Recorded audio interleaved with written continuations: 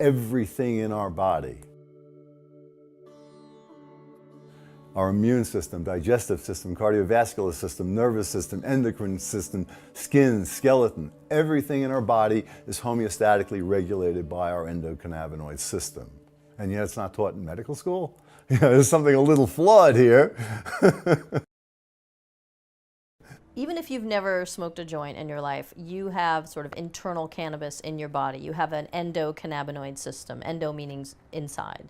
You've got cannabinoid receptors in your brain and in your liver and your spleen and your bladder and your immune system cells. You've got receptors all over your body for this plant. And so when you smoke, you're sort of stimulating and working within the endocannabinoid system, and you're stimulating your cannabinoid receptors. That helps to regulate your immune system, your energy, your metabolism, your blood sugar. It sort of tamps down inflammation. Your endocannabinoid system does a lot to maintain homeostasis in your body. So there's at least two types of cannabinoid receptors that we know about so far. There's CB1 and CB2.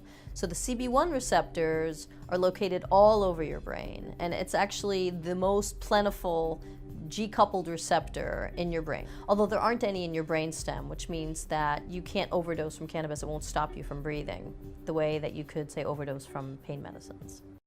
Just today, an article came out describing how the endocannabinoid system was modulating the synapses of glutaminergic and gamma neurons in our brain, and how certain mutations in some of the involved proteins forming synapses in the brain are modified in people with autism.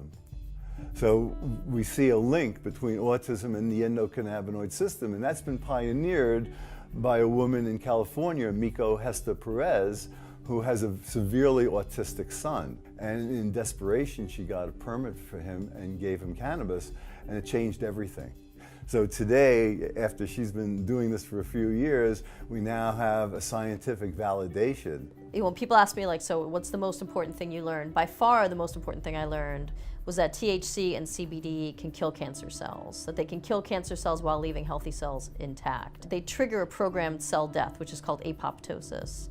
And not only do they trigger apoptosis, but they prevent the cancer cells from being invasive, from metastasizing.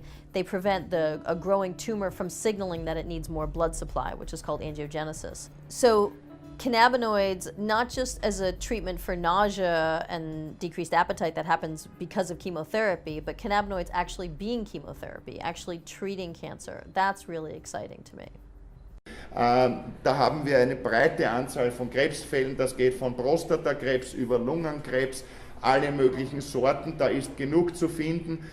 Wir verfolgen in Österreich auch einige Fälle, wo Leute eben unter Androhung der Strafgefahr, weil für diese Therapie braucht man Konzentrate, da wäre man sofort bei Mengen, die der Staatsanwaltschaft als Handelsmenge bezeichnen würde, also unter Auflage dieser Gefahr therapieren sich Kranke auch in Österreich mit Cannabisöl. Und wir werden uns freuen, wenn einmal jemand damit also vor den Vorhang tritt. You know, what's so interesting is the medical marijuana community is better educated than the doctors. Mein Bruder ist jetzt vor einem Monat gestorben, Gehirntumor. Naja, aber wenn du wirklich einmal überarbeitet bist, ja, wenn du nicht mehr kannst, ja, wenn du sozusagen tief im Burnout drinnen steckst oder in einer Belastungsreaktion, weil du einfach zu viel dort tust, kämpfst, arbeitest, ziehst, ja, dann komm zu mir. Ich verschreibe dir dann ein Rezept mit Dronabinol oder mit Cannabinoiden und es wird dir besser gehen. Aber sicher nicht. Sondern? Keine Drogen.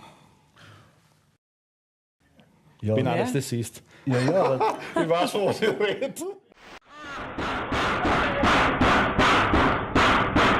If you smoke marijuana, pay attention, okay? You're probably going to forget this study anyway because apparently teen cannabis use has been linked with poor memory. We sort of like knew this. You know that they're absent-minded and everything, but now there's new scientific information. So there was a study done by Northwestern University where they took people who had begun using marijuana between the ages of 16 and 17 and smoked every day for 3 years at least. So we're talking about people who are like, they're wake and bake stoners, like long term. She says Memory loss, one of the most devastating features of Alzheimer's disease, with the knowledge it will only get worse, a life lived becoming a life forgotten. But now cannabis plants like these may offer hope.